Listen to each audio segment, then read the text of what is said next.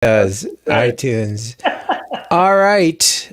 Looks like, yeah, we're live. Okay, here we go. Aloha, patrons and listeners, and all you out there in the internets. I'm Stuart Yoshida, host of the OokTown Podcast, and sadly, again, without Doug. So we're sending a big shout out to Doug Brown, who is had other things on his agenda, which is perfectly understandable. It's a Sunday afternoon, and I am so thrilled to bring back a returning guest. It's Casey Cormier of Resolution Music and Swallow Hill Music. Yeah. Welcome back, Casey. Thank you, Stuart. Appreciate you having me on. Thanks so much. Yeah, well, thanks for doing this. Did I get your last name close? The French pronunciation? It's one of those things where it's Cormier, but I can't speak French, so I can't really correct you either. No, you can. You just pretend. I don't. It's all good. Kind of like Stephen Colbert. Right. Exactly. Yeah. Yeah. Well, it was a beautiful day. It looks like today, Yeah. So how was Casey was on a hike today, so he took some time off to come on the show. So I really appreciate that. Yeah. Thanks for having me. Yeah. Yeah, you bet. All right. Well, one of the big things we wanted to talk about on my agenda, at least, and hold on here. I'm going to adjust my camera just a little bit. There we go. Is the Denver Ukulele Fest 2023. What is going on there? We thought it was going to happen in May. Yeah, and traditionally we've had it annually on Mother's Day weekend. So that's usually, kind of other than the day of Mother's Day. The day right. Of do not touch that. But Thursday, Friday, Saturday leading up to that is always, and I say traditionally, the first year when I started Swallow Hill, about 10 years ago actually, for me it was my first Duke Fest, and it was in the fall. So right. It has been different at different times. This year, what happened was this is the official, because I did check with the upstairs people. I'm just a teacher, right? Right. Everything. But we had a restructuring of the concert department recently. So I think when you have some people coming out, some people coming in. And you have a big festival like Ook Fest is a really big deal. Yeah, it is. They didn't want to mess it up, and it was a combination of that, and there were some outstanding contracts. They were trying to book certain artists who said, "Yes, let me get back to you," and then weren't getting back in time. So this kind of perfect storm happened where it was like, we're not going to be able to we might not be able to put on a good show. We might not even have the artists that we're hoping to have. Okay. Yeah, you don't want to mess with that, right? You don't want to have a performance where it's like, oh, well, the headliner couldn't make it, so we're just going to have a big jam at the end. I mean, that's fun. But last year we had Chris Fuchigami as one of our headliners. Yeah. Del Rey as the other headliner, and it was awesome concerts, amazing.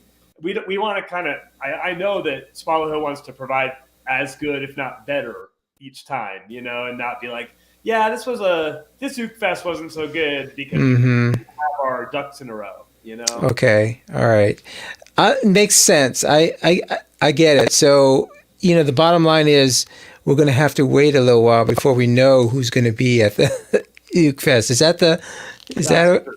I know. All right.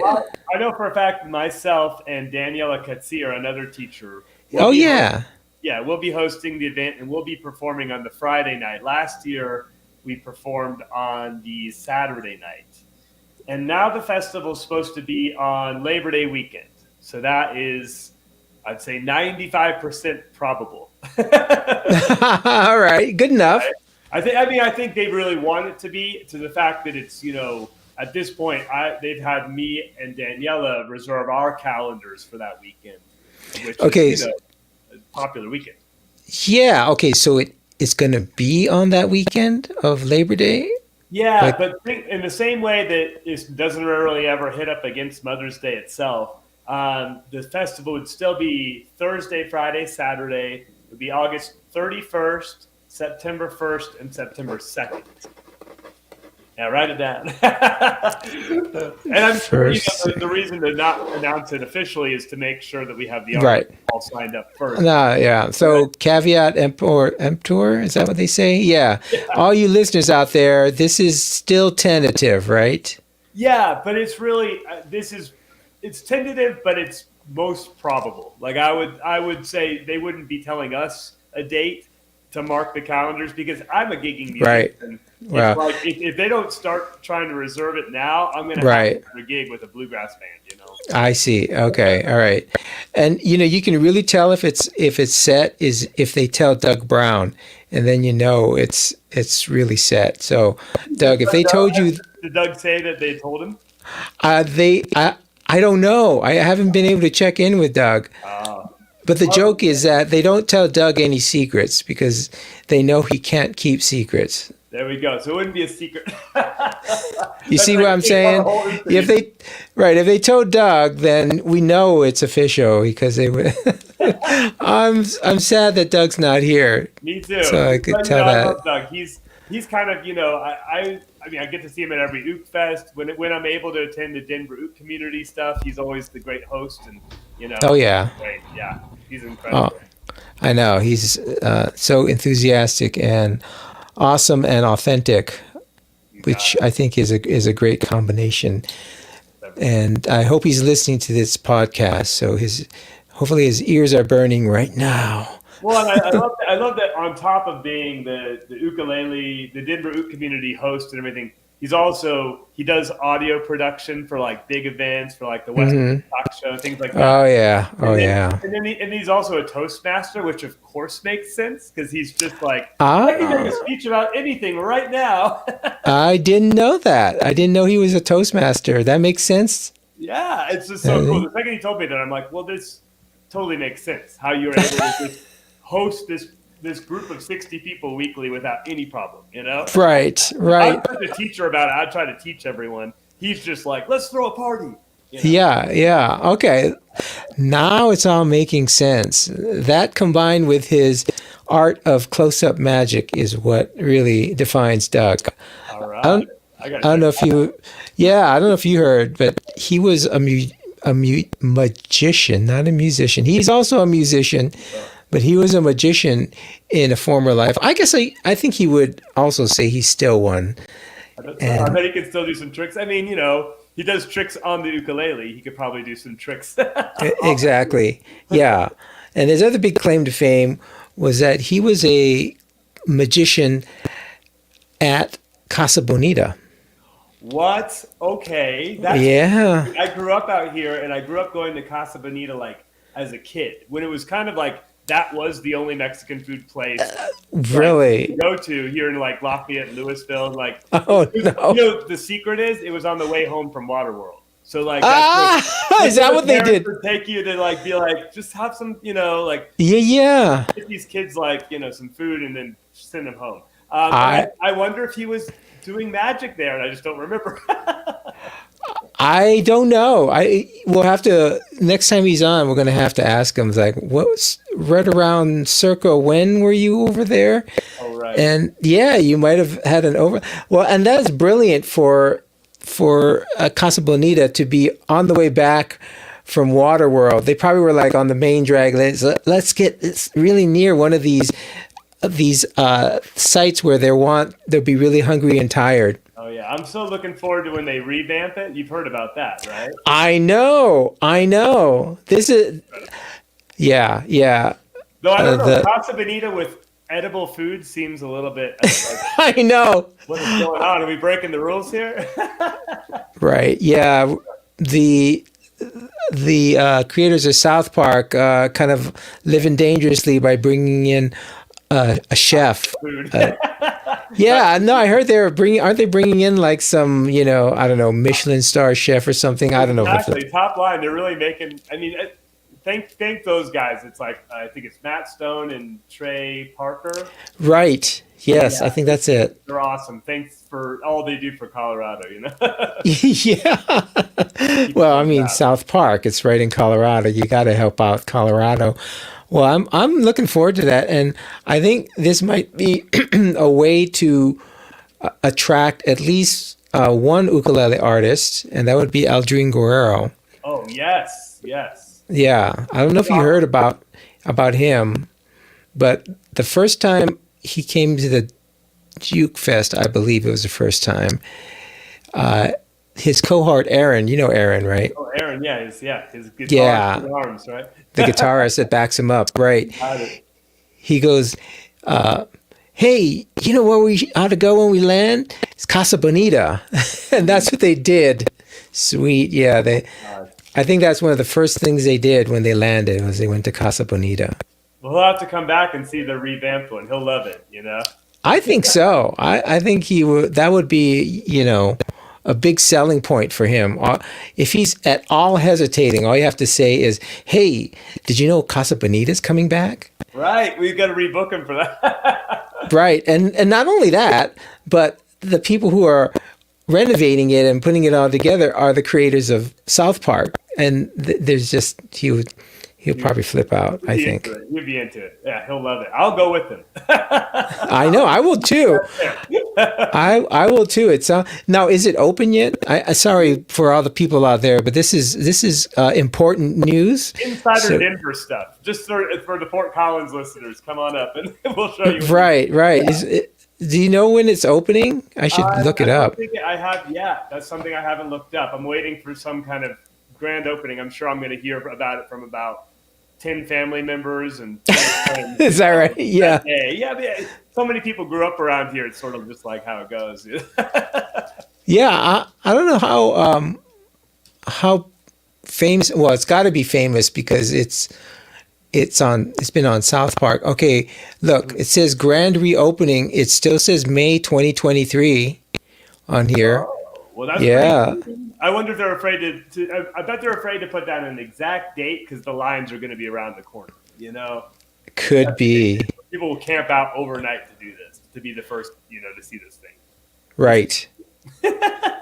I think so. So I'm trying to share my screen. Darn it. Never mind. I'm not going to do that. Anyway, you guys can look it up. I'll try and remember. See, this is another handicap we have is usually Doug's here and he's like on it and either sharing. Yeah. What's that? He has like the technical side. See, I do Zoom all the time for lessons. I could do Zoom. I could totally share a screen in Zoom. Right. I don't know how to do this one at all. Well, there's down at the bottom. There's a present button. I see that now. Yeah. Yeah. You click on that. Now I forgot to set it up on my Mac, so it was asking me all kinds of permissions, and I was like, okay, forget it, not right now. But you might be able to do that. Yeah. Oh, you try looking. This? Okay, this is great. I can't believe I'm going into the teacher mode here too. There you go. Present away. Present away. Let's see if I can find my way back to us. Okay, here we are. And then if I go to present, share screen. Okay. And then how about Casa Bonita? Share. Yeah. It's coming up. I'm going to add it to the screen. There it is. Grand reopening 2023. Look at that. Yeah. It's just it was in a pretty sad plaza. Like the rest of that is kind of like shut down strip mall stuff, Oh, so really? Okay. That might just revitalize that whole area of the city, which would be great. Wow. Yeah. Everyone should be our happy. Governor Jared Polis will be there. That's awesome. Nice. The governor's going to be there. Wow. I'm into it. I'm into this. This is going to be great. Okay. Yeah. Well, I kind of thought it was happening. Well, that's maybe another reason why they had to delay the Denver Ook Fest, because they didn't want to interfere with the grand opening of Casa Bonita. You never know. You know what? They should just tear those things up. Actually, that would have been dynamite. I mean, it's like, come to the Ook Fest and then go over to Casa Bonita. Yeah, the Ook Fest is partially hosted by Casa Bonita. Come see some of our performers. Like, some festivals take over whole cities. So why not have it only, not just at Swallow Hill? I think, that'd be pretty cool. Yeah. And depending on where it is this year, because it sounds like, is it going to be the usual? I think so. The only reason in the past were you there for our 10th anniversary one? Yes, that was wonderful. And Yeah. probably the honor of my life was being in the opening set with Daniela Katzir and John Nash, the trio of us opening for Jake, and he was the nicest guy ever. And it was in it was in the first Presbyterian downtown because they knew they were going to sell more tickets than Daniels could hold for just that one event.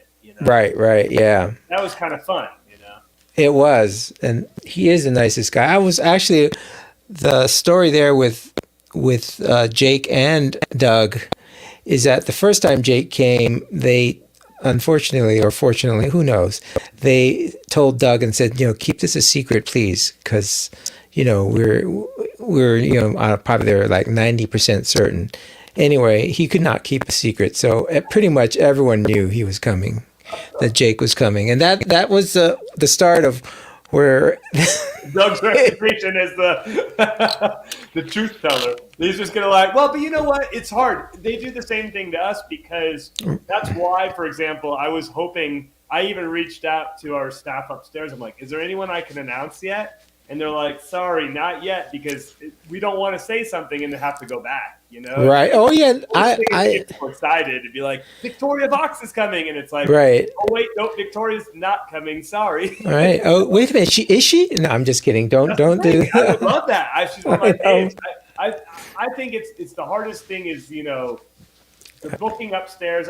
Hats off to that. I am a musician. I'm a teacher.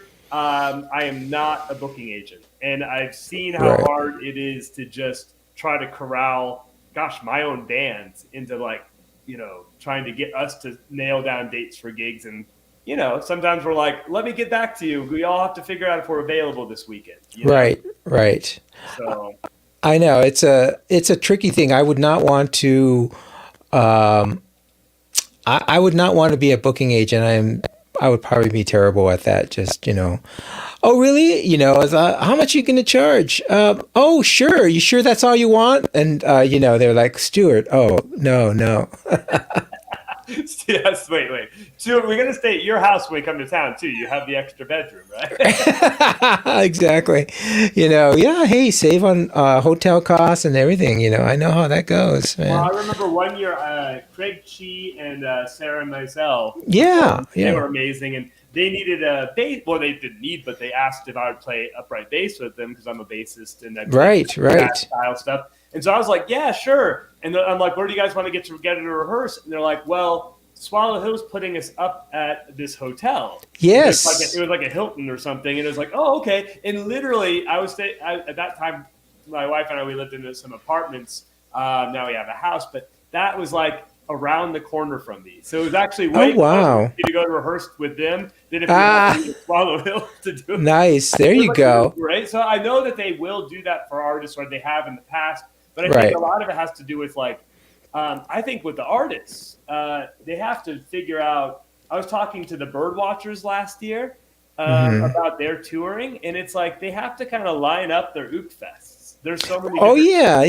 It's not like they're one of these A-list musicians who can charge whatever they want, and they'll be put up in the best place.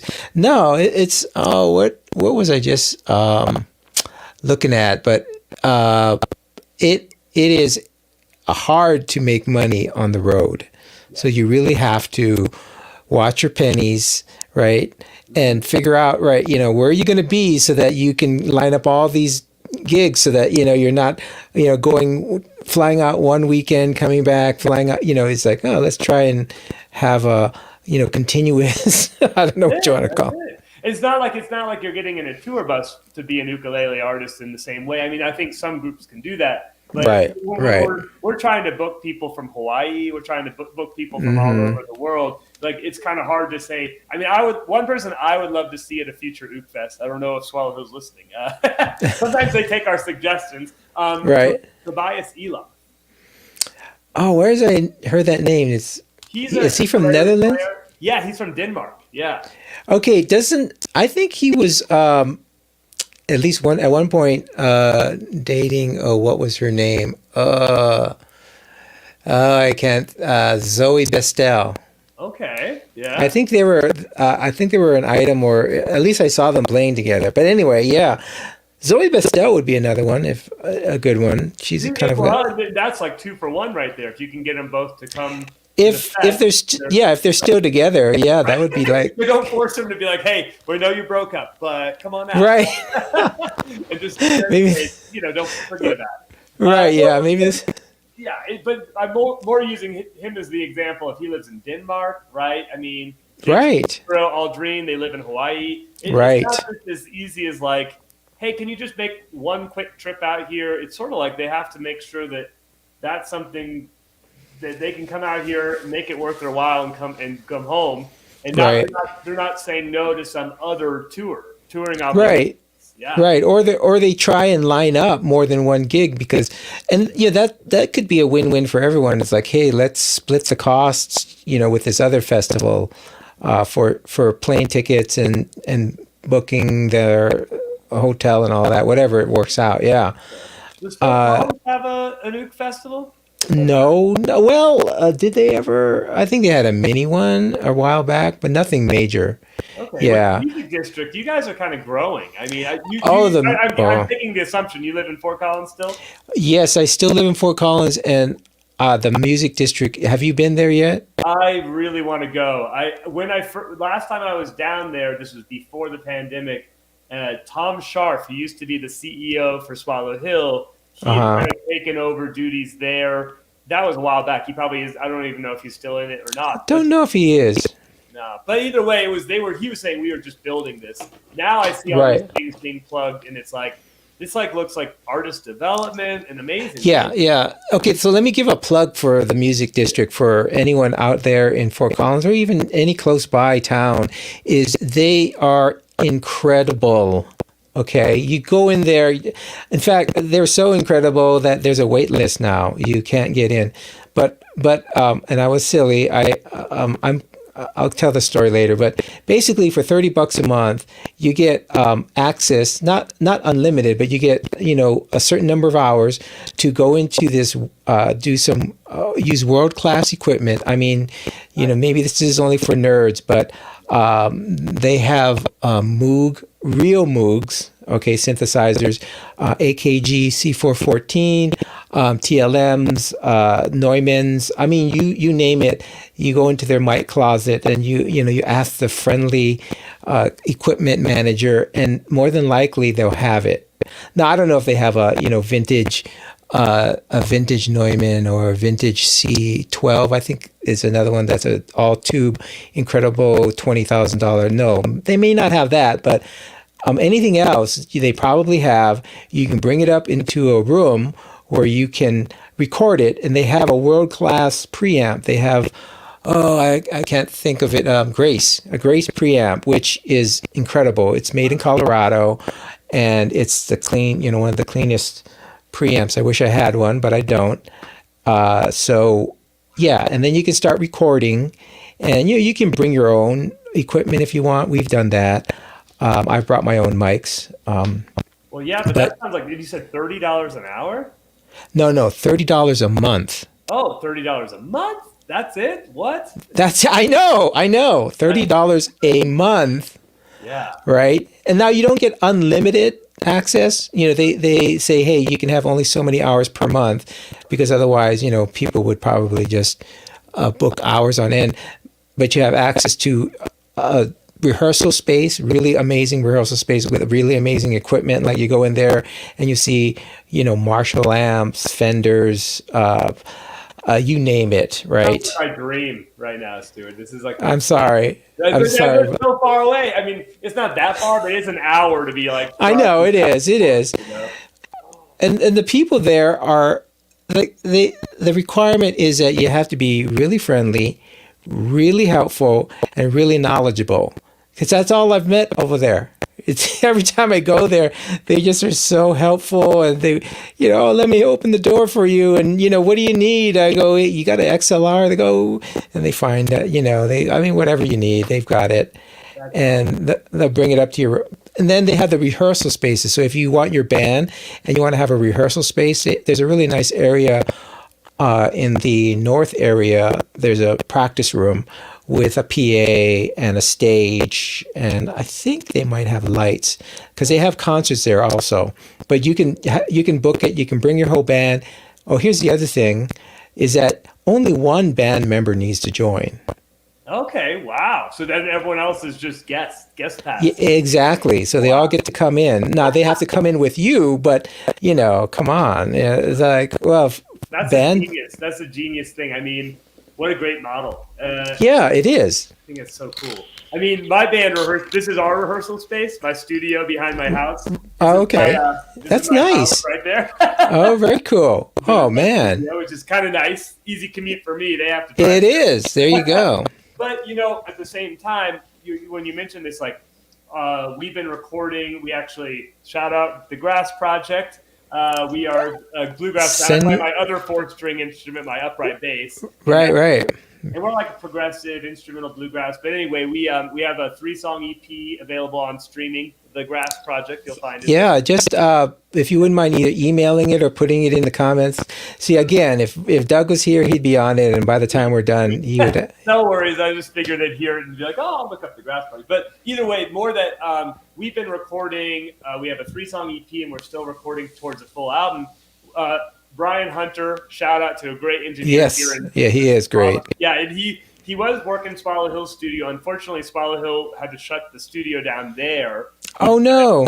Well, it was one of those things where they couldn't have any classes or any rehearsals in Daniels Hall above it because of the right. Like, let's just shut it down. He actually has another studio here in Denver called Mousetrap Studios. So we've been recording there with him. And anyway, he's great, super reasonable, charges $40 an hour. But it's an hour, you actually are going in, using amazing mics. He's doing all this magic for you. But you got to be ready to work. This sounds like you could actually develop your sound at the music district. Right. And they're not trying to compete with with recording studios, right? Because that's not their point. However, as a solo artist or just a group, you can go into these rooms and you can compose and lay down tracks. That's what we're doing. I'm collaborating with a friend of mine, Paul, and we'll go in there, work out some stuff. Actually, the first couple of times was just learning how to use a new space and comfortable. And be comfortable. But just having all of that and being able to do it, and then I know a lot of bands go in there and practice and compose, right? Because they'll be together as a band and they'll be jamming together and trying to work out songs and things. I know that because they came out and we talked to them. They go, "Hey, what you guys doing?" And they'll say, "Oh yeah, we're working on a song." And you will be able to use their equipment, but you don't have a dedicated engineer. However, they have all kinds of people there with all kinds of great knowledge. They couldn't help me out with that. But it almost sounds like did you see the? I think it was called Get Back. It was the documentary about the Beatles. I started to watch that. Yeah. The one that was like on Apple or whatever. I think it was, or maybe it's on Disney Plus. Anyway, it makes me think of that. It makes me think of like you can get when the Beatles were in that space, kind of just messing around, working on songs. And yeah, sometimes they'd roll tape, sometimes they wouldn't, because it would just be like they're messing around.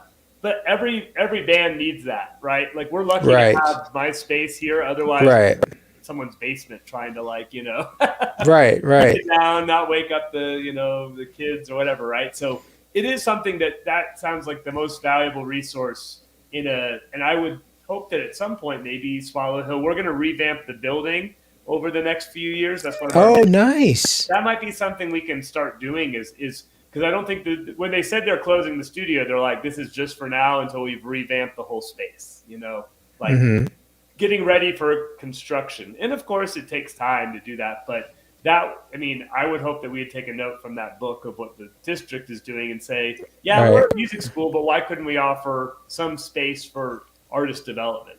That'd be great. Sure, just have an additional charge or whatever they can do, and who knows? I don't know if the music district is trying to expand. The Bohemian Foundation is kind of headquartered here in Fort Collins, so to speak. Yeah. So, but it would be kind of nice, and maybe they figure there are a lot of course much much more musical opportunities down in Denver, right? The big city. I would love it if they came here. Yeah, but is the Bohemian Foundation also responsible for the Elizabeth Hotel? Yes. Yeah, I stayed there before. My wife and I went and stayed there for her birthday. This is wow. Once again pre-pandemic, but kind of right when they opened up. And and yeah, it was like I don't know if you know about it, but you can rent the instruments. It's not even rent. If you're staying there, you can go into this room and they have nice guitars, nice ukuleles, nice mandolins, all these. No kidding. That makes so much sense, though. And that's so cool. You can either play them right there. They have little amps and stuff too if you want to plug in or something, or you can take them up to your room. Obviously, don't damage the instruments. But right. Every room there, they have record players, like little record players. It's so cool. Yeah. Music themed for sure. Yeah. Fort Collins has it. It's great. Well, for that, and I hope it continues. So, all you musicians, ukulele players who want to, level up, get your name on the waiting list. Unfortunately. Right, true. I was like, because I started out there just before they went to their current program. So I got in there for free, tried it out, and then my friend goes, "Yeah, this is well worth it." So he's the one that I always go there with to visit, quote unquote, Sure, yeah.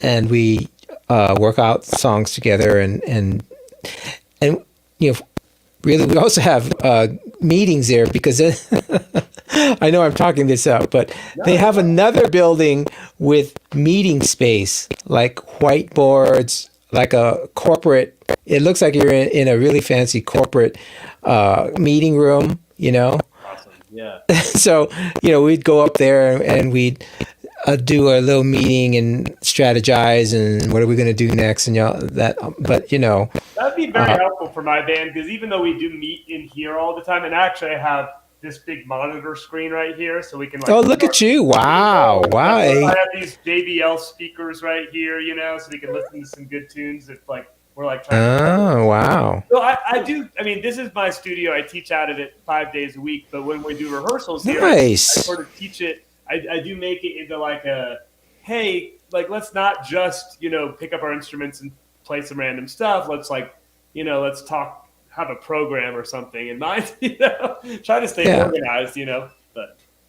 Wow. Yeah. That's a great space. Was that, how did that come to be? Was that there or did you? Well, funny enough, this was kind of a pandemic purchase. We were living in a smaller house and we have a friend. Our house is a mid-century modern, if you know what that is. Yes, I do. That's very cool. Yeah, and our friend is Adrian Kinney. He's a mid-century modern realtor. And anyway, he basically was kind of like during the pandemic, his across the street neighbors. So now we're his across the street neighbors. They were moving out. They wanted to do kind of a cash deal as opposed to they wanted to do something off market because they just didn't have time. They're like, we need to just, okay. I want to do the whole bidding stuff. Do you have anybody that you want? And he's like, actually, yeah, if my friends can, do this. And so we were kind of like, we're fine. We're happy where we are. And then we came and toured the house and my wife saw the inside of the house and she's like, yes. and I saw this, and this was actually a tough shed, a 130 square foot tough shed, but it had windows. So it had these tiered windows. It had a sliding glass door. Wow, that's a tough shed, really? It's one of these like nice tough sheds. And no kidding. But I'm like, you know what? I'd opened my own business again. I was like, I can invest in getting this thing filled in. Put that mini split in for heat and cool. Yeah, that's needed for sure. Yeah, and we have insulated walls now and flooring that's just kind of like fake, not real wood, so you can just mess it up as much as you want. Sure. Yeah. Some acoustical things just to keep it from being too live in here. It has hand lights already, LED lights. It's kind of it was ready to go. So other than finishing it. So the second we got the house,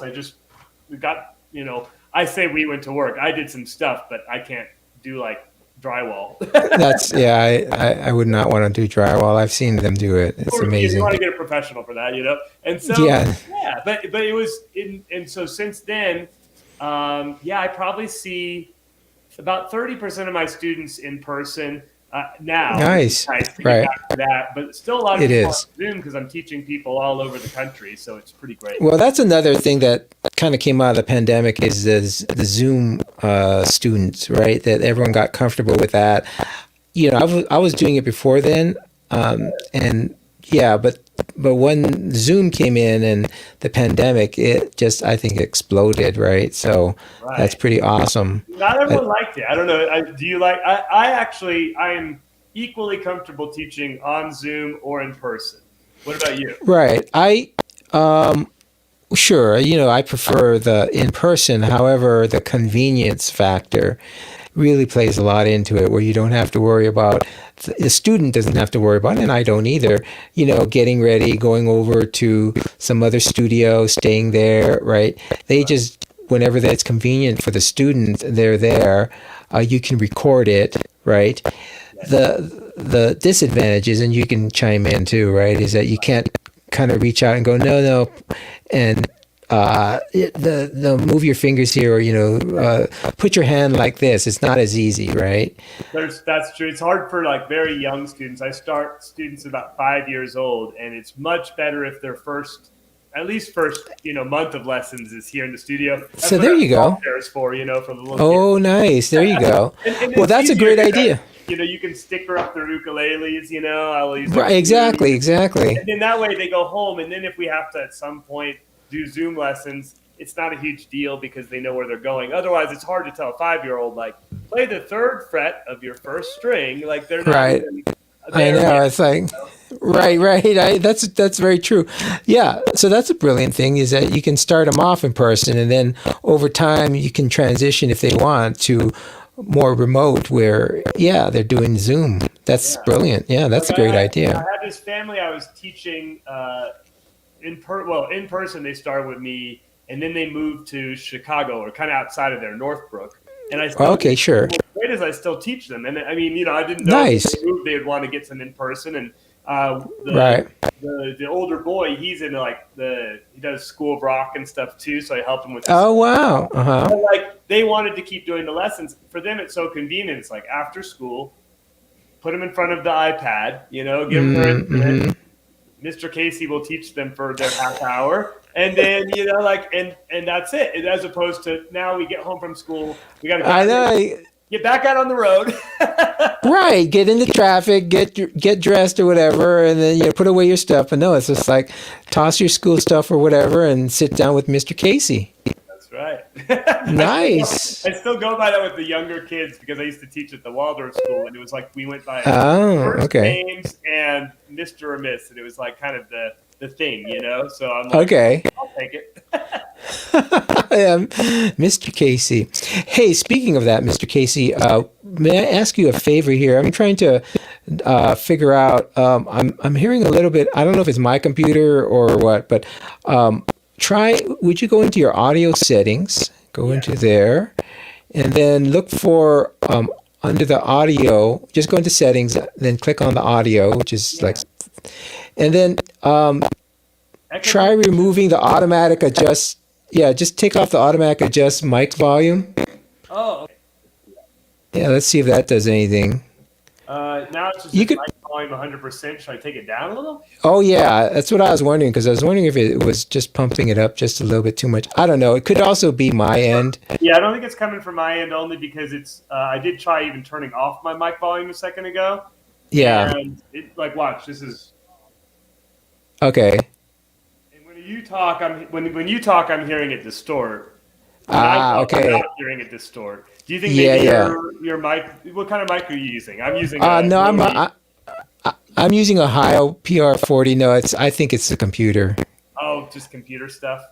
Yeah, because I got to use this virtual yada yada. So that's what I was afraid of. I can try switching to something different, but I don't know. No, I don't think it's on your end. I think it's unfortunately. I don't Well know. tested since I do it weekly, or daily, pretty much. Well, it's like. Oh, now that was something you were kind of cutting out there. Yeah, I know that. I'm switching over to. It's. Why don't you go and speak again? Is it still distorting? It's still distorting some, but let's see if I can go to settings, audio. I can try doing it without my mic. Let me try doing. No, I think. Oh. Yeah, I'm pretty sure it's drift correction altogether. Well, here's me. Yeah, it is because I just switched to my MacBook Pro mic, which probably doesn't sound very good. But oh no, it sounds fine too, actually. But yeah, no, it's probably on my side. Well, sorry. you know what?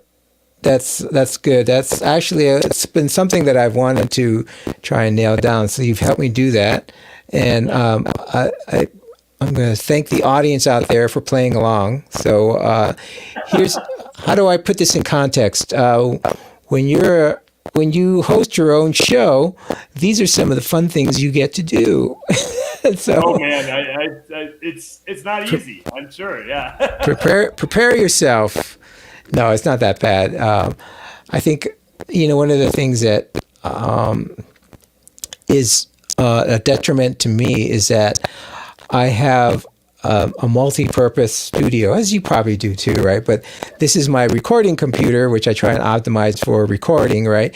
But I also do Zoom, and then that causes other complications because when you're trying to pipe sound from here to there and everywhere, and then it's never optimized for that. So anyway, it's tricky, totally. But thanks. I mean, it's the fact that you put the time into it each week. That's awesome. Thanks for having this.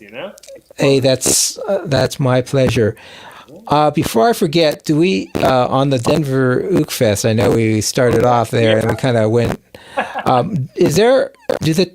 Do they have ticket cost and how to get them yet? I think that was removed let me just double check that. But when they changed the date, they changed that. I think for anyone who had bought tickets already, they went ahead and said, hey, your ticket's still good for the September date, same price. Right. Or you might have to wait. On swallowhillmusic.org, you can go to, I'm actually doing it right now, going to concerts and events. And let's see if they've even announced this yet. My guess is that they don't even have it on the concert page yet. Because, I mean, it's kind of hard to sell tickets for something you don't know who's playing, right? Right. Yeah, I know. That would be the hard part. Oh, but it is saying Denver Ook Fest 2023. Okay, I'm going to share my screen again. We're going to absolutely. Go for it. All right, here we you go. Bet. Present. I like that it says present. That makes me feel like, I'm doing something. Master of presentations. Swallow Hill Music. Oh, here it is. Okay, so Denver Ook Fest 2023, September 1st. Now, the reason I even mention August 31st is that's our kickoff party every year. Right, right. Last year, it was at Grandma's house. On South Broadway, but we did hear that they are actually moving or shuttering something. Okay. So we are looking for a new space for that. I'm hoping we get the Roxy South Broadway, which is a venue I've played at before on South Broadway. It's a little further down from Swallow Hill, but it doesn't really matter if it's there or not for the kickoff, Right. That's just for fun. But the actual fest is Friday, September 1st, and then through September 2nd, Saturday. I think most of your listeners probably know that we have, and then of course the VIP weekend pass, that is to, allow you to do all the workshops, but also maybe get like first dibs on a lot of things too. The festival weekend pass, that would include the shows on Friday and Saturday night, but also the workshops taught by the artists on Saturday during the day. Then you could also just do the Friday concert, just the Saturday. I do like that they offer this because, I'm there the whole time. But right. If it's like, hey, Friday night we already had plans, so okay, cool, just come on out to the Saturday concert. Right. Yeah, why? They have all kinds of, that's really nice. Just day passes, concert and day passes, weekend passes. Looks like they got it covered. That's what I like. That's nice. That's the good news is that, I started teaching at Swallow about 10 years ago, and I've loved the Ook Fest. It's like one of my favorite things we do every year. And it's always been a little different. It's been sometimes, 99% of the time they try to do it in May around Mother's Day. But right. moving factors.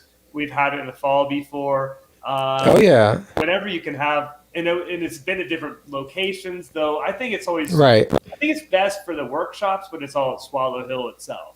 Yeah, that does make the most sense. They had it at a concert at what is it, L1 or something, way back when. Probably before me. I think it was before you. It was Aaron Keim when he was still with. That's when he was teaching there. Yeah. Yeah, and he was with his group there. What am I? Well, I know it's with his wife. Right, but it was a group actually. I'm not sure if his wife was in it at the time, but the Strange Americans. No, you're thinking of Quiet American. That's him with his wife now. Sorry, that's Quiet American was with his wife. Okay, yes. Right, and anyway, he was with a different group back then, but he was really closely involved with the start of the Ook Fest. He may not have done all the organizing at the first one, but he was really instrumental, I believe, in kicking it off. We'll have to go back. Yeah. I mean, I think those early days, that was still like Swallow Hill was still kind of like a folk music organization. They hadn't grown as much as they do, leading up to that. But I mean, it's great because when I started working there, they already had an ukulele department, and that's not usually the case. Like a lot of the schools would be like, hey, my main thing before that, I was teaching guitar. I played ukulele and I taught ukulele, but it was always sort of like the secondary instrument. They're like, you teach guitar, and then, hey, this kid wants to learn ukulele. Can you teach that too? Right, yeah. Very different than like Swallow Hill, where it's like, hey, there's ukulele classes for kids and adults, and it's like, okay, that's great. Yeah. But yeah, I think they pretty much were groundbreaking in that respect, right? I don't know if groundbreakings are quite the right word, but they were, one of the first to get on that. And obviously, they started the Ook Fest, and then I don't know if it was that simultaneously they started adding ukulele. Do you know? I think that the ukulele thing might have even been. I know who I took over for was Chris McGarry, and right, Chris. I remember Chris. And Chris was still there. He was just moving upstairs to take the role as the school director. So he was like kind of okay. They needed someone to take his place. So he basically handed me the curriculum, and I kind of went to work and sort of evolved it over the years. But he had it going. And now what I do is I teach Monday nights. I teach a virtual class for Swallow Hill because that was something that came out of the pandemic, was doing some online classes too. And then Wednesday nights, I teach 6, 7, and 8 p.m. classes. The big one being the 7 p.m., an ukulele and percussion ensemble. And we have 16 people in that class. Oh, wow. Yeah. And that's co-taught with Ed Contreras, who's an amazing percussionist. And years ago, what happened Who was the percussionist again? Oh, sorry, Ed Contreras. Ed Contreras, okay. He's a Latin percussion player. He does all sorts of hand percussion and drum set. He's just a master of it. And oh wow, we have djembe players. We have congas. We have cajon. We have a drum kit that comes as like a suitcase drum kit. We have U-bass. We have ukuleles. We have a lot of fun. Right now we're studying Fleetwood Mac. Last session was U2. We just choose like a new artist or genre each time. And a little plug, on May 18th, which is a Thursday, we'll be doing a 30-minute set at Swallow Hill. It's part of the Ensemble Showcase, so it's a ticketed event. But we're going to be playing selections from Santana, U2, Fleetwood Mac, kind of our last few sessions that we've done. And it's amazing. Like, the students take the lead in singing. I get to do a lot of just the fun, riffing and stuff because of that. And it's really great. Yeah. Wow. Oh, that sounds like fun. Yeah, we're having a great time. And it's great that we keep the community going. And then, of course, Doug's doing the Denver Ook community at the same weekly too. Yeah. Wow. Cool. Well, and that's part of the class that you're teaching, you said? The ukulele and percussion ensemble? It's a class. Right, yeah. Okay, yeah. Oh, wow. So that's great. So they can sign up and Nice. And then just jam along with you guys. That is fun. It is what's so cool about it is, of course we have our core classes which are there to train you. Like I just started a 1A, which is for beginners, 8 p.m. on Wednesdays. And then I have kind of an intermediate, it's about 3A at 6 p.m. on Wednesdays. But once you get through the core program, then I kind of say, hey, from here, you could join the ensemble. You could join another ensemble with other instruments. You're basically, I try to set everyone up with those skills over the course of a year. That then they go out and play in the community and not feel like, what's a E minor chord again? Right. Right. Of course, we've all been there. But it's like, you're always still learning. But it's nice to have the foundation laid, and then you can just go out and. Oh yeah, absolutely. So yeah. Absolutely. Wow, that is cool. Well, I was gonna. You already answered all these questions about Swallow Hill, which I was gonna. Oh, but maybe you can. So I was gonna ask you on the topic of the OokFest. What are some of your moments that you remember? And you already, what you enjoyed and. Well, I mentioned the opening for Jake Shimabukuro being like the Yeah. honor. Well, I mean, Wow. It might seem like a kind of obvious hero in the ukulele world, but I mean, I learned.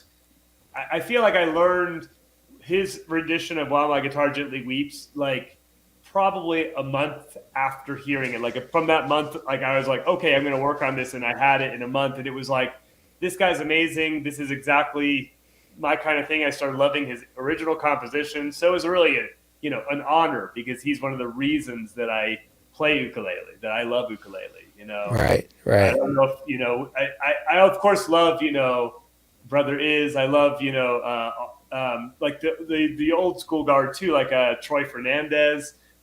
There's all these great past ukulele players. And actually that was another one, Troy Fernandez playing at OokFest a few years back too. But favorite moments, I would say that one opening for Jake. With All Dream on that same year, my band with John Nash at that time, The Council, we got to play on the stage. Yeah. And then we did a big jam at the end with All Dream, and I think it was Victoria was there too, and then us, and I was on the upright bass, and oh gosh, who was it? Stuart Fuchs. Yeah, Stu Fuchs. Yeah. He was playing this ukulele at that concert because Oh, is that right? He was like, I'm not sure, he didn't have one. I think he was just hanging out that night or something, or he'd already played. And he's like, okay. put my ukulele away, and I'm like, well, play mine.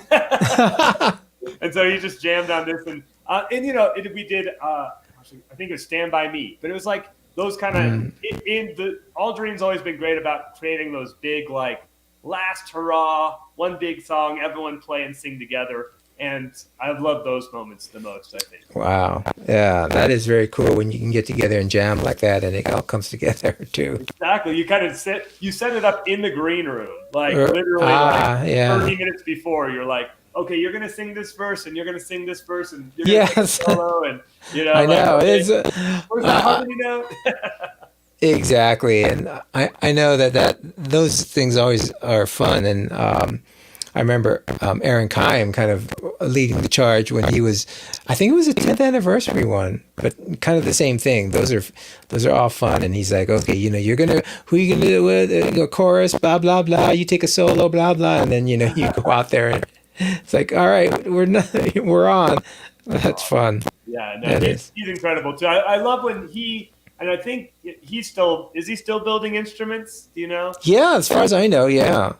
I love his instruments. I just think it's so cool. And for a little while, he was doing like these little like YouTube or maybe there was Instagram or something like that. He had these videos anyway that were like of, hey, I did this custom build for this person. Here's right. It was myrtle wood. It's like he was talking.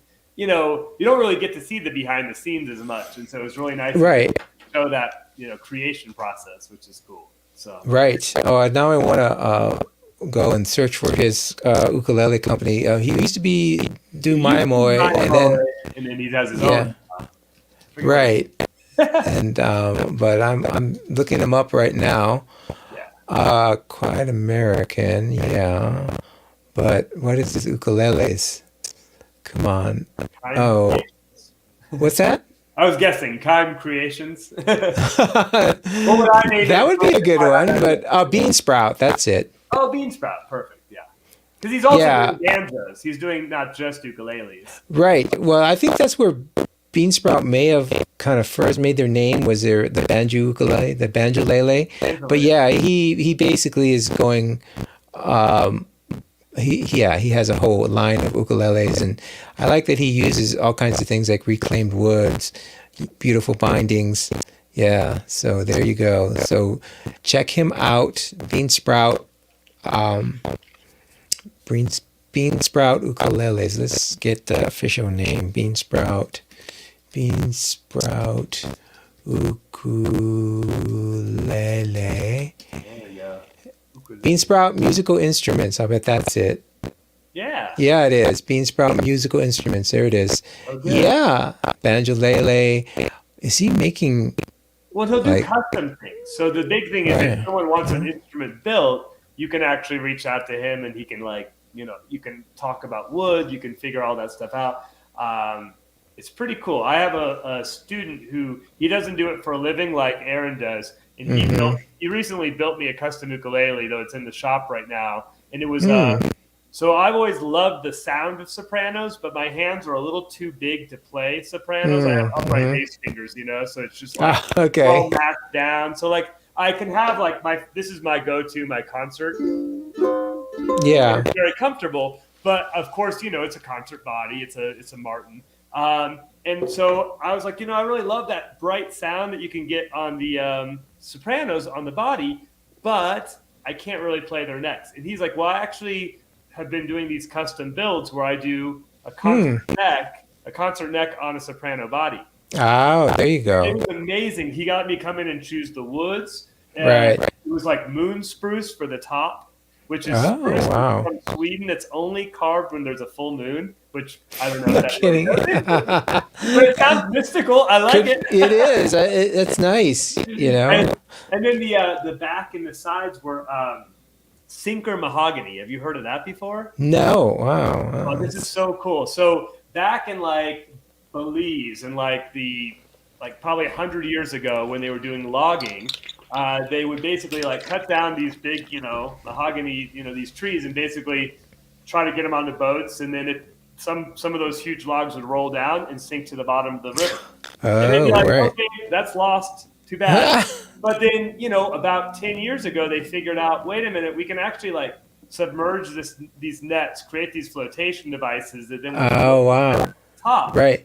So then they dry out over 5 years. So it takes time. But once they dry out, they have these crazy, how Koa has the cool, these so you get mahogany with those same kind of cool, I wish I had it right now just so I could show it off. Figuring, Yeah.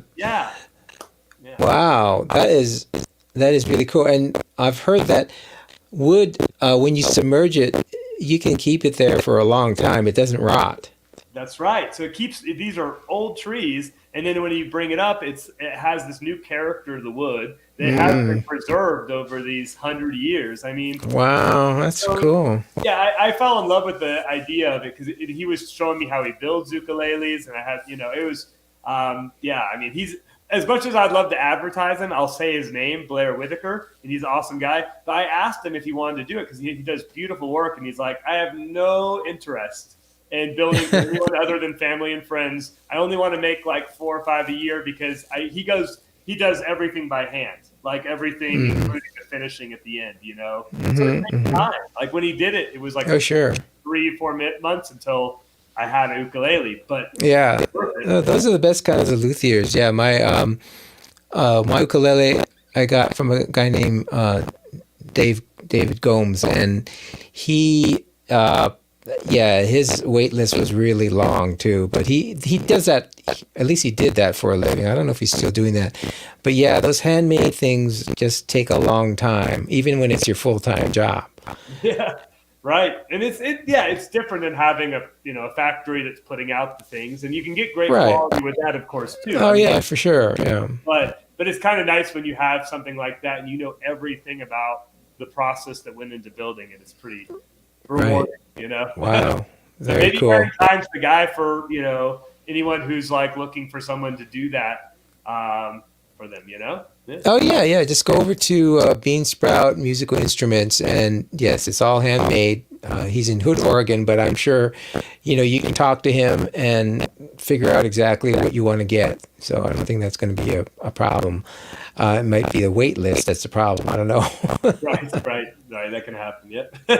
Yeah, it says place an order. Let's see if I can place an order. See if he says. It doesn't say. Put Doug Brown's name down. Right. Yeah, that's a great idea. I'll send you the bill, Doug. But you'll love your product. You have to put down a $300 non-refundable deposit, which I think is a smart idea. Probably, yeah. People don't back out. Yeah. Cool. Yeah, I know, because you don't want to do that. Oh, cool. All right. Well, there you go, folks. Try it out. Check it out. And I'm sure there's other cool handmade instruments out there that you can get. It's just, it's kind of a give and take. When you want one and you're not looking for a really expensive one, then absolutely go for a Kala or one of these other ones. Luna, I think, is a kind of good one. Oh, right. Like that behind me, that's a Kala. That's one of the resonator ukuleles. Oh, wow. Yeah. It's my third favorite ukulele in I guess fourth because I have the other one. Sorry. This is my first. This is my Martin. It's one of the newer builds, the K. Oh, you got one of the new ones. Wow. But I love this thing because it's Cowood and it's just, Right. It just sings, Hmm. But it has those kind of, I have Worth strings on it. That's my favorite kind of string, personally. Yeah. I know I actually have Aquilas on my Pepe Romero back there because it's a low G. You got a Pepe also. Wow. Yeah, it's a grand tenor, and okay. I have the low G on that one, and it's basically I really like the way the Aquilas on the low G sound because I feel like Aquila strings are very their original thing they did was make classical guitar strings, right?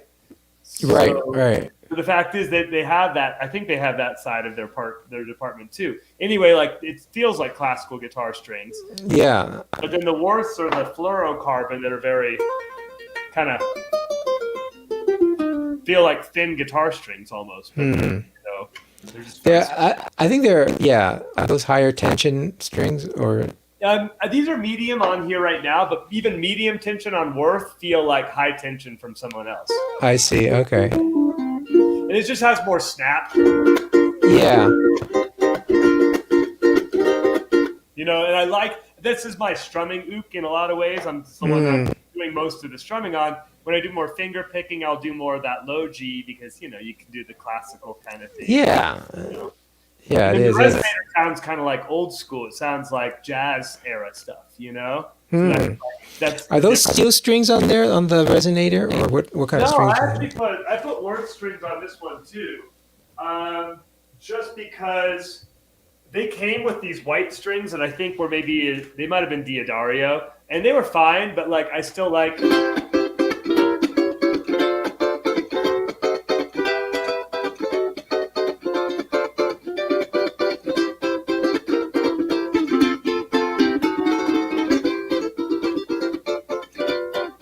I like that sound. Nice. Yeah. I like it sounding like it's like 1920s, Right. guitar. Right. Oh, yeah, that's true. That resonator does give it a different tone there. It's pretty neat. I didn't know how it would sound without the, usually I think of resonators with steel strings because I think that's where they first. That's cool. And even on ukuleles, even the resonator ukuleles have steel sometimes. What's that? Well, I know resonator guitars have steel strings. I didn't know. Yeah, I don't know if they have them or not. I know that the solid body ukuleles that they make look like Les Pauls and things like that. That stuff is cool. That has steel strings. Those are hard to tune. They're all over, but they're pretty fun. I know, but that's kind of cool that they do that too. It looks like, wow, that's a miniature Les Paul. It's awesome though, and something to that point. I think I want to say Blackbird makes a solid body ukulele too. Okay. I think that they make one, and they make not solid bodies either. They make hollow body, like actual like. But this is Yeah. made that composite kind of material. It's not wood at Yeah. all. And then and that's kind of nice because those things in the climate like we have here, they just stay in tune. There's no problems, you know. Yeah, that would be nice. Yeah, it's nice. And so one of the students in my uke and percussion ensemble, he plays, I think, a blackbird that's like it's all black, has like, and it's a plug-in acoustic electric, right? So it's really just a solid body with the electric, and he plugs it in for our U2 ensemble. We needed him to do that because he was doing things like you're like sound, you know? Yeah. Yeah. So, Right. It was like, okay, we need this, and so Yeah, you need to sound like the Edge when you're playing all those strumming parts there. So exactly. So it's kind of fun what they've been doing with ukes over the years, like saying, hey, we can model these. The U basses have become way better. All the things, you know. yeah, the U basses are kind of cool because I'm not a bass player, so I've been thinking about getting one of those too. So we'll have to see. I already own an upright bass and an electric bass, so when I get a U bass, I feel like I'm not going to play it enough because I'm already playing the. I'm very that's the one stop guard, I guess, on Right. buying too many instruments is like, how much will I play this? Well, yeah, You know? and a friend of mine who is a bass player, I guess he said, well, why get a small version of this? Just get the big one. I think it's because he would be. It does take some getting used to because I'm sure as a bass player you're used to certain fretting and certain scale length, right? So all of a sudden you're going what sounds like the bass, but it's way different in terms of. Well, the U bass is just like the electric bass. So for anyone considering it, that's actually a good thing to know. Is if you already play electric bass or understand how the electric bass works, EADG, it's Right. the same Exactly. thing. It's smaller. The difference is there's two kinds of strings on the U basses. There's rubber strings, is what most of them come with. Right. And you can trade those out for, I want to say they're like tape wounds or something like that. Okay, No, yeah. They're steel strings, but by that I mean they're like steel Yeah. wound around like Right. or The something. rubber. Yeah, probably. Yeah. I can't remember, but Yeah, and in the rubber ones, like that's the thing, you have to get used to playing it. It feels sort of like running in water at first, sort of like you're just because the rubber just like play. If you're used to playing steel strings, you're used to a tap. yeah. And all of a Yeah. sudden you're like bing, bing, bing, like bouncing. Okay. But our U bassist in our ensemble, Peggy, she's been. I mean, I also acquired the ensemble from Chris McGarry 10 years ago. So it was just a ukulele ensemble. We decided to pair up, Ed and I, because we're like, well, I feel like strumming needs drumming needs strumming. Let's do it. It's a great decision. But Nice. she's been a U bassist with us for so long, and like sometimes we're throwing crazy Motown lines at her, and she's got no problem. But she plays the U bass only. She doesn't play another kind of bass, so she's not trying to switch from electric long scale to small. She just rocks the U bass. So you could do it. You could do it, Stuart. I think I'm sure I could. I've been waiting for. I have a full size bass, an Ibanez that I got from a friend. Yeah, it's a kind of a cheapie, but maybe. I was thinking, I'm going to be using this on this project I'm doing with my friend. Well, then he has not Easy Drummer, but Superior Drummer, and is it called Easy Bass Player? I don't know. Anyway, he's putting together these songs. I'm like, what? It's like it sounds like you hired someone. It's like the AI of musicians. It is. It's kind of scary, but it's like that drum fill sounded really natural. You can do so much with tech now. I try not to. I try to steer away when I'm doing my own recordings because I'm always trying to. Well, I like a good example. I just released a solo album recently, 2023. It's called. For this one, I did all of it myself, which was really hard because I'm used to playing and recording, but when it came to like mixing and mastering, I used to just give that to Brian. He'd work his magic. I really wanted to learn this time, so I kind of made myself learn. And and for drumming, I have some. You can see I have some congas in the corner there. I have a djembe in the house. I have some bongos, a small set there, and I'm finger snaps, right? And I just basically layered the stuff. And I'm not a really good drummer. I have a whole new respect for drummers because I'd never had to keep a steady beat with my hands like this for 3.5 minutes. And it's you think it's no big deal, but like you're like, no. You have to like take 10, and you're like, well, gosh, it's just. And you naturally drift and all that, and it's really hard to and just. I had a click track, but that's still like it's just a different art form. You get it's a workout. Well, yeah. So right, and then there's the computer. Well, it's just like, okay, grab these notes, quantize it, and Bob's your uncle. It's like, what? It's that fine line of how does it sound? Rick Beato is really adamant about the things like snap, quantizing, and auto-tuning destroyed music is kind of what he says. It's like, well, I'm not sure it's quite that way. I respect Rick Beato. If those of you who haven't heard of him, go and check him out. He's a really cool guy, and he knows so much music and theory and makes it so accessible. But then he also interviews all these amazing artists. Anyway, so yeah, there's that fine line of quantizing and when I first recorded, like, 'cause this was years ago when I was in like high school and I was in a rock band, and we went to the studio and it was on tape. Like it was like literally. We were buying the tape as well as the studio time to like do the recording. And they'd like say, do you want the tape at the end?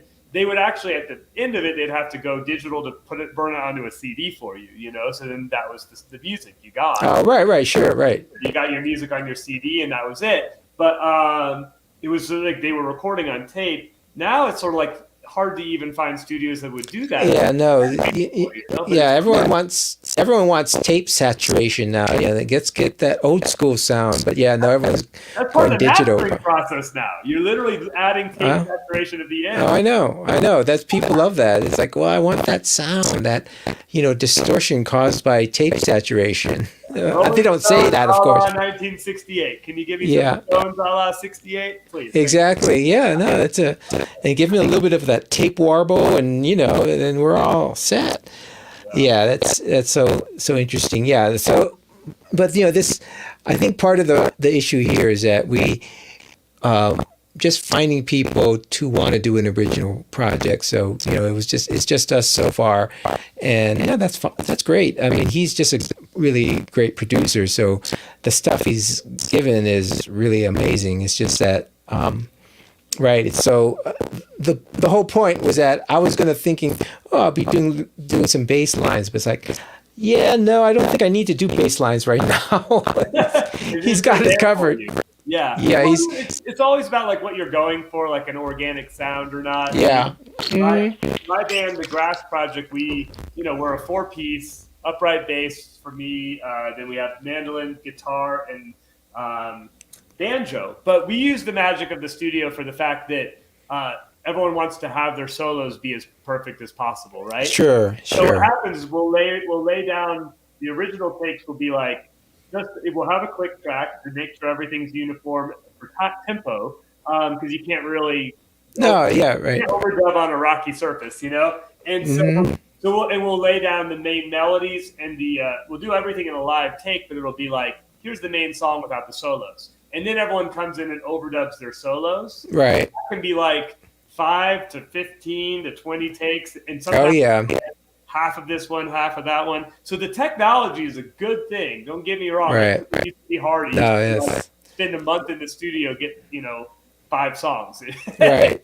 Or even better than that, you can lay down those tracks, and then you can outsource some things like, it'd be nice to get so-and-so to do some backgrounds or maybe the vocal here, and then you can just send them digitally the some of the stems, and then they send you back. Yeah, it's pretty amazing. That's the word. The stems thing is crazy. I've been reading about that, and it's like how you actually you can take a song and break it into hey, here's just the drum beat. And you can even do it with old songs that were recorded before this was thought of. That is pretty cool that they have. I'm pretty sure, that's a different... So that technology just came out, which is amazing. They took the Beatles whatever the mono or maybe it was just stereo, and they completely broke it into drums, bass, vocals that just sound, like they put it on separate tracks. Then they started saying, well, now we can remix it into whatever we want. They did it into surround sound, Atmos. It's like, whoa. Amazing, yeah. Yeah. Well, the sim stuff, you're right. The sim stuff, that's new, and that's kind of also, that's like for new groups thinking about it in terms of like, hey, we can actually, send off the bass track for our thing, and then right. Other people can build on it, which is cool. Right. Yeah. And you don't have to be, and the people, if they need to, they could actually do it at home if they have their own. I have my own recording rig, and I think you do too. So it's like, yeah, we can just do our solos here at home. We don't have to burn studio time, and then we can just give it back to them, or just cut it. On our Book'em Dano CD, I did the same thing, probably a dozen takes on the ukulele solo, and then I just spliced all of the, the best and greatest hits together into the greatest hits of my solo. Exactly. And then it's like, wow, how'd you do that in one take? It's like, well, that wasn't quite one take, but yeah. Then after that, the good news is after that live, it's not so hard to do that because you're like, right. I know what I meant to play all along. Exactly. Yeah. The record of that. It's funny now that we've done our recordings. We'll play these gigs. We're actually, one more plug. We're playing this Saturday. If you're in the Denver Tech Center area, we're playing at the Bellevue Beer Garden for the Kentucky Derby, 1 to 2:30 p.m. Oh, whoa, cool. Music's free, beers aren't, but how it goes. Come on out. And anyway, when we play our songs that we recorded now in the EP live, it's sometimes really hard not to just recreate your solo note for note. Like I try to like improvise away from the solo some, and it's like, oh gosh, like it got ingrained in the studio, and now I'm just playing the actual right. note, No, I just pretty much said, okay, I'm gonna just learn this solo. It sounds great. So when we play out, that's the solo I'm gonna play. So yeah, hey, and our bass player used to say, hey, this is a song we learned off of our first album. I like that. That's good. I'm going to say that. I'm going to use that. This is a song we learned off our first EP. Yeah, exactly. And Wes will be like, hey, wait a minute, that's my line. That's our bass player. Was our bass player.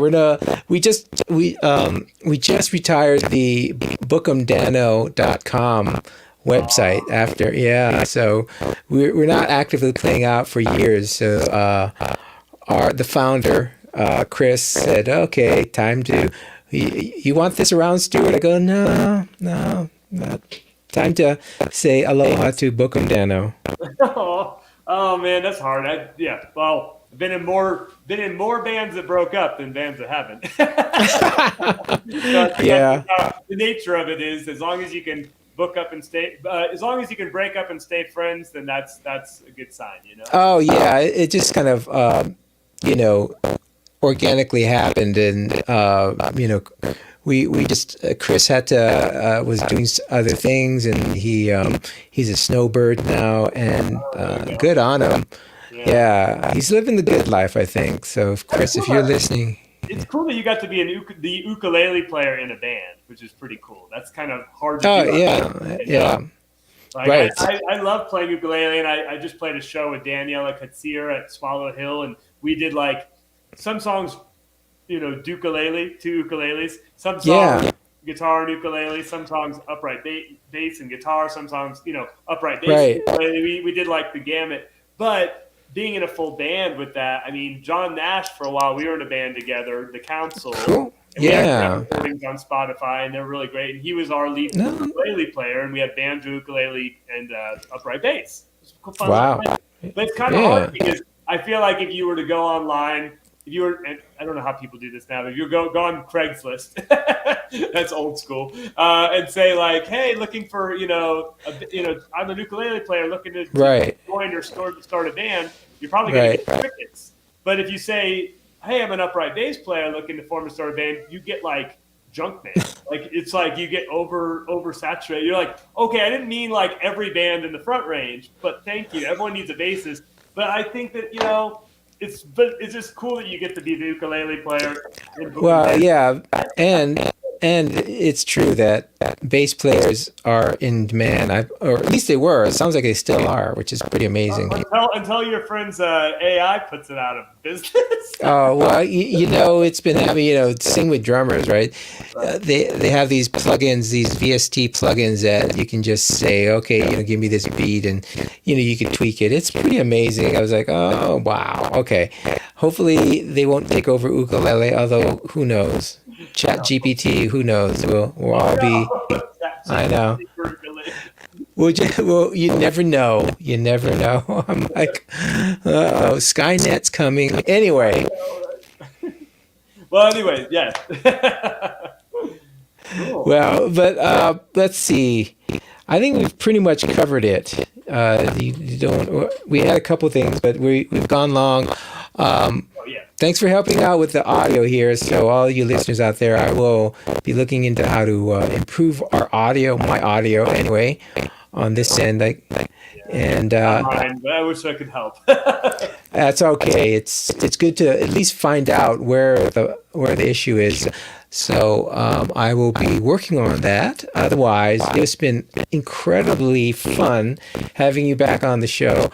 Actually, I think the last time was probably at the Uke Fest. That's right. I was on your show for the panel at Uke Fest. Right. Gosh, how long ago was that? I mean, was that the 10th anniversary year? It might have been the 10th. I don't know. Was Danielle that year? Because it was just sort of like do everything. Yeah. Well, I thought we had. I don't know. There was one other panel with Danielle Ate the Sandwich. Danielle Anderson. That was a lot of fun. Yes. Yeah. I don't know if that was, but anyway, yeah, it's been a long time. It's really great to have you back. Yeah, absolutely, Stuart. Great to see you and hear from you again. If you wouldn't mind, because Doug's not here, just emailing me as many links as you want people to find you on. Maybe the Swallow Hill, Uke Fest, your band. Whatever band you want and links yeah, I appreciate you promoting it. Yeah, absolutely. That's awesome. Yeah, no, it's we love doing that, and because Doug's not here, a couple things happen. One is that we don't get as many links because it's only me trying to remember all this stuff, and then number two is we don't get as good titles as we used to. Like the one that I was kind of tossing around, and I might use, is that when you said you wanted to cast from your laptop, to log in, and I said, yeah, that's great. So, I was gonna say Cast Away, as in the movie. That might be the best one I can come up with because Doug's not here, so he usually comes up with something. I was trying to come up with some pun about the Uke Fest being moved or something, like Nuke Fest or Moot Fest or something. I don't know. Nuked Fest? Maybe that's it. I don't know. Newt Fest. Uke Fest or New Fest. Yeah, or something maybe. Yeah. Oops. Okay. I don't know. I have no idea. You guys will come up with something. I don't know. Well, it's usually on me, so I'm going to have to come up with something tonight when I publish it. So it might be just Cast Away. Who knows? If it does, then there you go, audience. Now you know where that came from. Yeah, I appreciate you, Stuart. Thanks for having me on. Yeah, it's been great. I hope we can do this again. And when we do, hopefully I'll get figured out all my audio problems. But no worries. I'll see you I'll definitely see you in September for the Uke Fest rescheduled. Yeah, sure. I'd love to do that, and if there's a slot for the OokTown podcast, that would be great. But who's doing the sound now? That is Brian. Oh, Brian still does our live sound. In fact, he just did good. The other night. He is the best live sound person I've worked with in Denver, maybe ever in the world. Wow. He's so good. Like I was there. Last little thing. I was there sound checking, and my upright bass was like making this buzzing, and he just like figured it. Like we tried different cables, there was nothing. It was just being weird that day, and he like went over to the board and just mixed out the buzz. It was gone. It was like Gone, disappearing act. Wow. He's like, I guess I could have done that from the start, but I just wanted to figure out what it was. I'm like, you're a genius. That's okay. Oh yeah, it's always fun. I mean, it's always amazing. And when you have a mix engineer and a soundboard, a live sound guy like that, that makes it so much easier. Yeah. It's so nice. Yeah. Awesome. All right. Well, I'll email you that stuff. And yeah. Okay. So, the tradition of the show is on 3, we say aloha. So, here we go. Are you ready? Ready. 1, 2, 3. Aloha. All right. Aloha. Ha. All right. Mahalo. Thanks so much. All right. Thank you. It's